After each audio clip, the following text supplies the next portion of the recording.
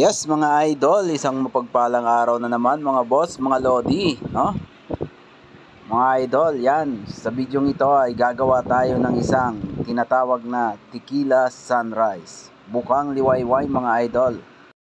At syempre mga idol, kung nanonood ka pa sa bidyong ito hanggang sa ngayon, ay pa-comment naman dyan kung taga saan ka mga idol para malaman natin kung saan nakarating ang aking video mga boss, mga lodi, no? At syempre, isa pa sasabihin ko sa inyo mga lodi, mga idol, mga boss, so sa paggagawa ko ng Tequila Sunrise na ito ay meron po tayong kasama mga idol. Nandyan po ang ating magaling na bartender. Shout out sa iyo, Boss Ismael. Ano, pasok?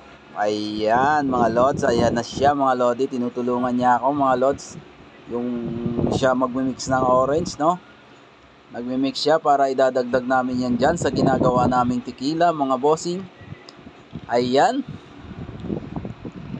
Para sa Tequila Sunrise natin mga boss. Pasok Boss Ismael. Shout out sa iyo. Baka naman pag nasa serbisyo ka na, wag mong kalimutan ang Bell's Lounge, no?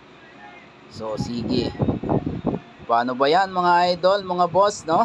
Ayan, ginagawa ni Boss Ismael. Minimix niya yan mga bossing.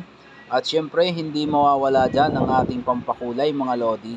Ayan, nilalagyan natin ng grenadine mga boss. Grenadine para magkulay bukang liwayway ang ating Tequila Sunrise kung tawagin, no? Ayan, grenadine. Dagdagan ulit natin mga idol kasi medyo hindi pa makulay. So, ayan, dagdag pa. Sige. Ayan na nga mga lodi. Matapos nyo manood mga idol, pa-comment naman dyan kahit isa lang. Okay, hanggang sa susunod ulit mga idol. Samahan nyo ako. Thank you, bye bye.